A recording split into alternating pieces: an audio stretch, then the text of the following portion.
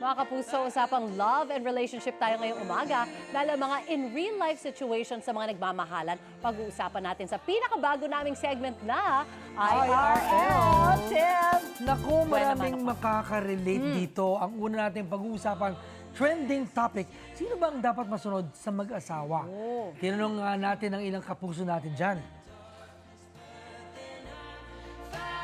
Ano ang mga opinion ng mga kapuso natin dyan? Definitely, both of us nagde-decision. Pareho kayo. Oh, sabi, ito decision ko. Ano ba tingin mo? So, meron pa rin consultation sa kanya. Ako ang nasusunod kasi ako naman yung nagbabudget. Basta bibigyan lang ako, bahala na ako. Dapat dalawa pa rin.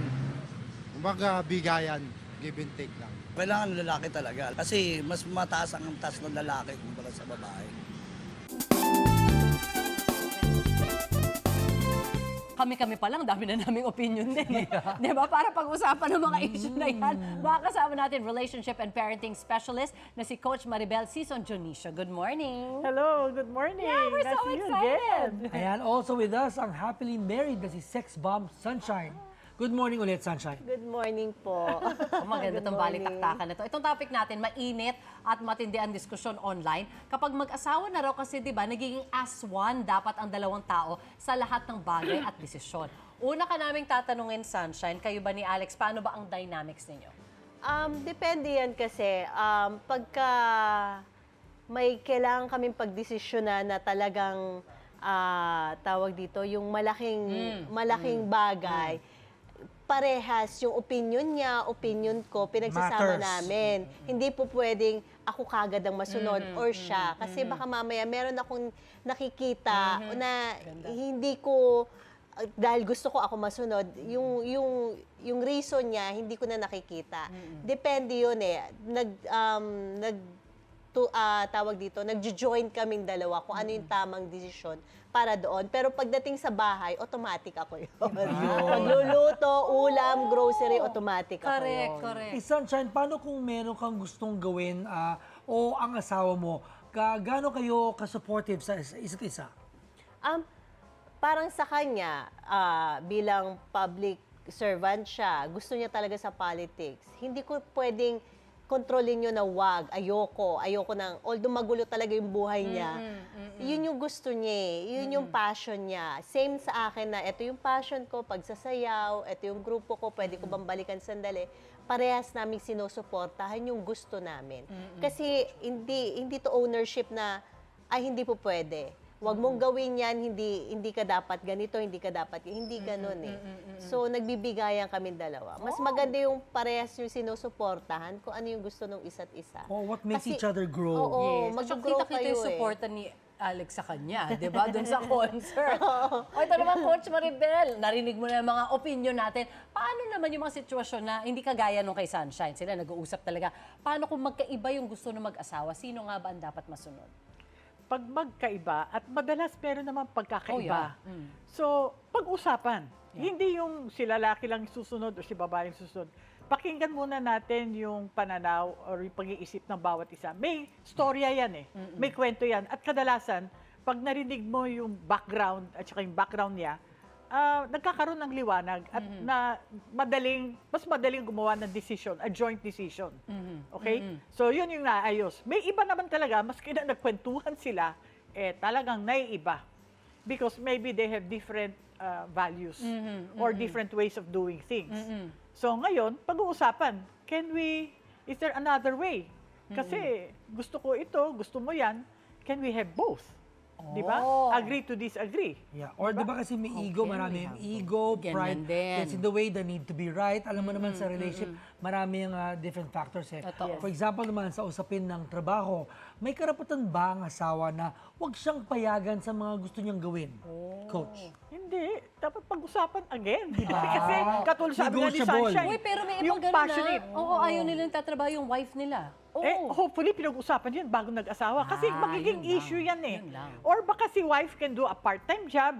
Or baka si husband ayaw rin magtrabaho. Gusto niya house husband. May ganyan din. So pinag-uusapan ito and you have to negotiate.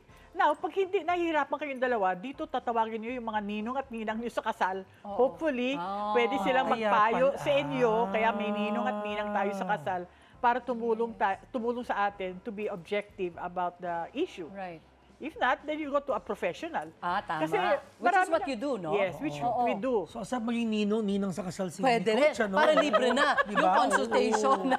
Pwede Kaya pala. pala important talaga yung pagpili nyo na ninong at ninang, hindi lang yung sikat, hindi lang yung politiko o Mayaman. mayaman, Oo. di ba? Yung mapupuntahan nyo talaga. Ikaw, Sunshine, may instances ba na hindi kayo agree ni Alex dun sa ilang mga desisyon? And how did you handle it?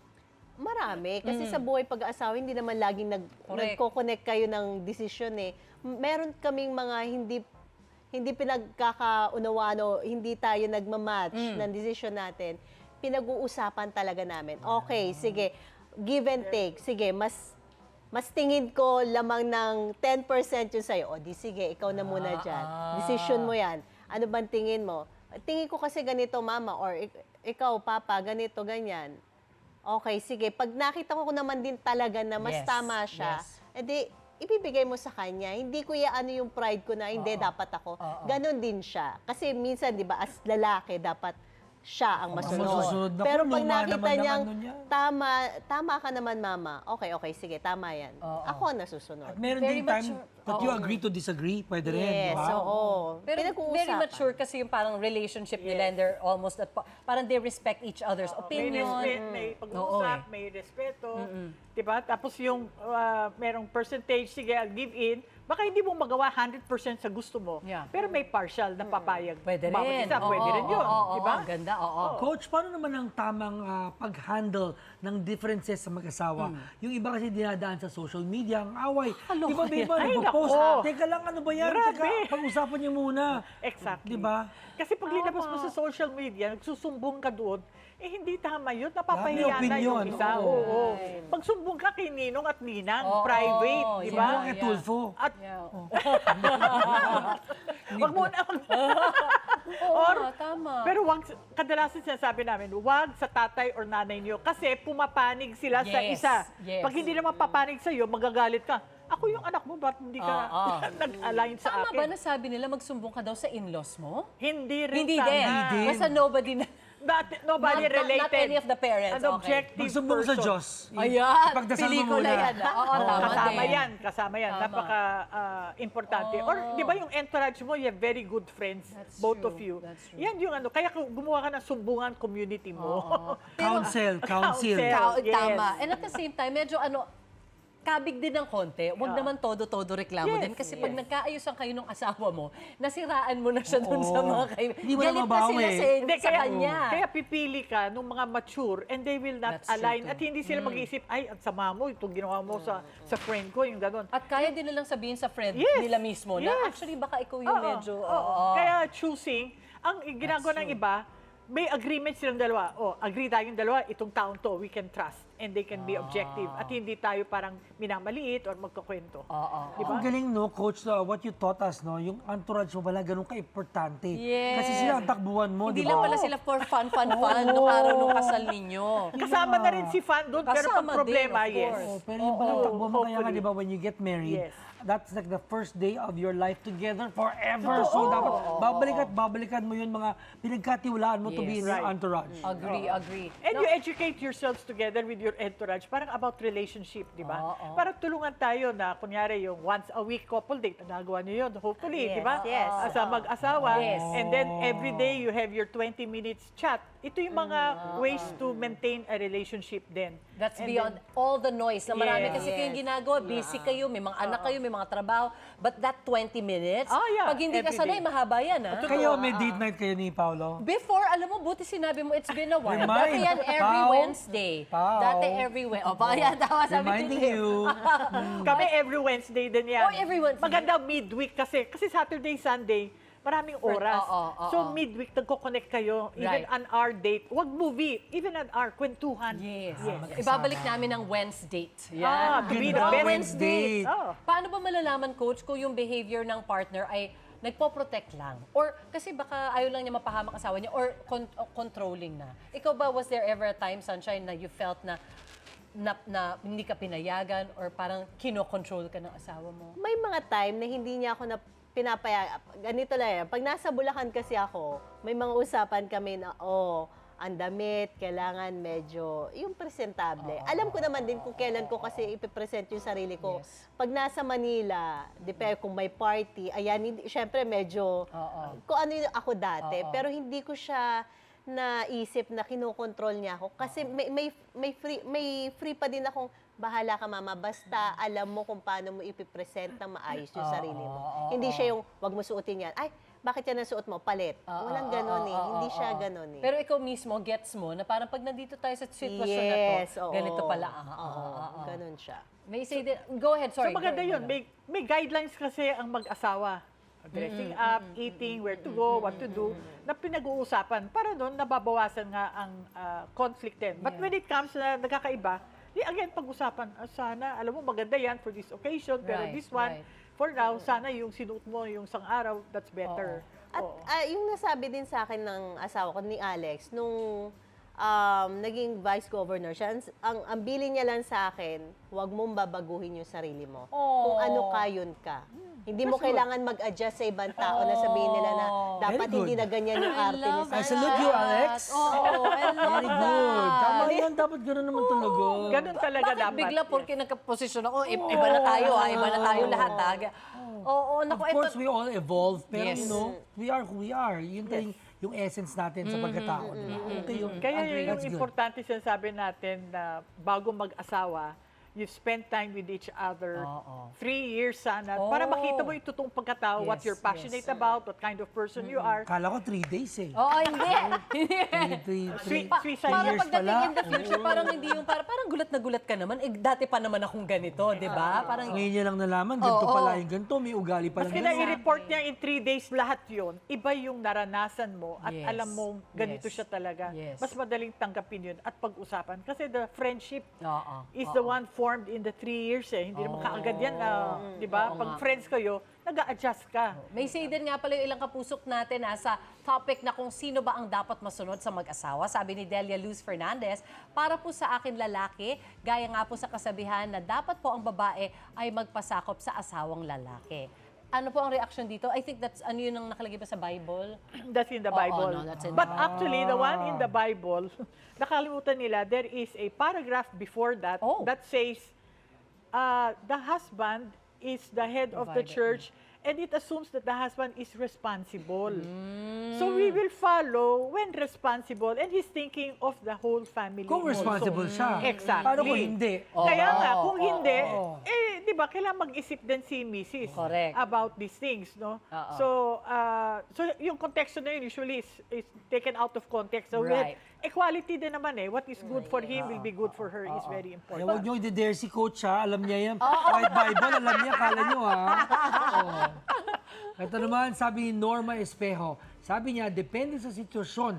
If yung wife ang hanap buhay at tamad ng lalaki, dapat wife ang may last say. Your thoughts?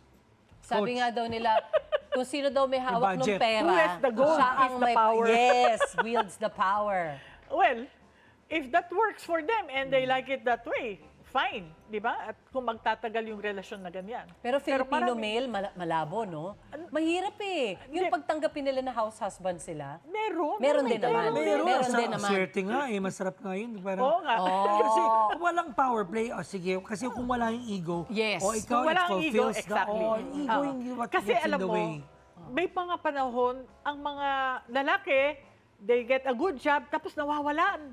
We have many cases. Kaya Totoo nga, naman. you Sino naman cannot ang say nawala? that the breadwinner changes over time.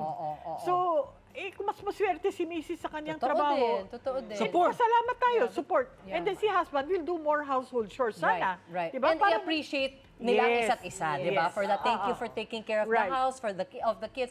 Sunshine, ikaw naman, final thoughts mo dito sa hot topic natin ngayong umaga. Basta kung ano yung mag-work sa inyo mag-asawa, kasi hindi natin pwedeng i-apply kung ano yung nag-work sa amin mag-asawa. Sabihin ko din na, dapat Yes. ganyan ang Yes, asawa mo, ganda. dapat ganyan kayo. Hindi po pwede yon kasi nasa inyong pag-uusap yan mag-asawa. As long na nakikita nyo okay naman kayo doon, mag-grow kayo, hindi nakakasakal ang asawa nyo, hindi possessive, hindi controlling, at yun nga, yung pag-grow, okay kayo. At Maganda yung happy. sinabi niya, wala yung possessive, controlling. Yan ang mga nakakasira. Kasi Wala ring one size fits all. Kasi Yes. iba-iba what happens behind closed doors, nasa mag-asawa lang. the one talaga. size is you communicate. Oo. If Yes. kung may deadlock, then get help already. Huwag Yan, yung yan. hayanan na Mag-fester, manatili- yung magtagal, oo. Kasi magiging vulkan tayo. Katulad, ano yung Totoo. vulkan na nag-erupts Sasabog ngayon? na lang someday with the smallest Yes, thing, di ba? Parang, yes. ba't naglayas na yun? Alright, Yung one okay. size, free size. Oh, yun. Very good. Ako, thank you so much, Coach Maribel and Sunshine. Thank you. Naku, Tim, sarap ng usapan natin. I love it, Di ba? yes. Basta tungkol sa love, relationship, pag-uusapan natin yan dito sa IRL. Ikaw, hindi ka pa nakasubscribe sa GMA Public Affairs YouTube channel? Bakit? Mag-subscribe ka na, dali na, para laging una ka sa mga latest kwento at balita. I-follow mo na rin ang official social media pages ng Unang Hirit. Salamat, Kapuso.